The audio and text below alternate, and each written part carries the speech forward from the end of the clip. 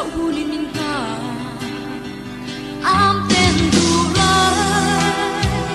chín lem om lo rengi thanga ami chen reng ro qua po min fa quy mai la du lai chen na ko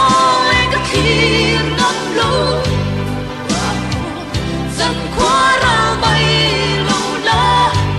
tình ri la cả đi lệ kia suy lu lên tu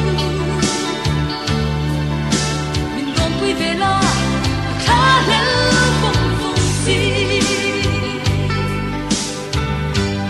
mình lại suy mình khá mối hiền ô ngày lại xóa quy mình nên dấu mồ đi ngang lâu chúa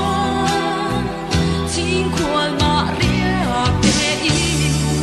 đi rây cả rùa ô lùng ô đi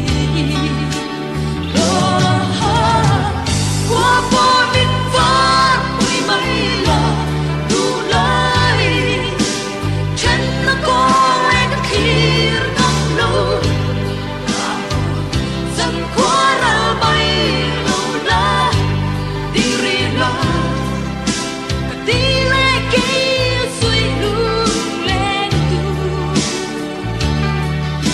mình còn quy về la cả khá lên phong phong si mình lại truy mình khá mối hiền ô ngày lại xóa quy mình đem dấu mồ đi na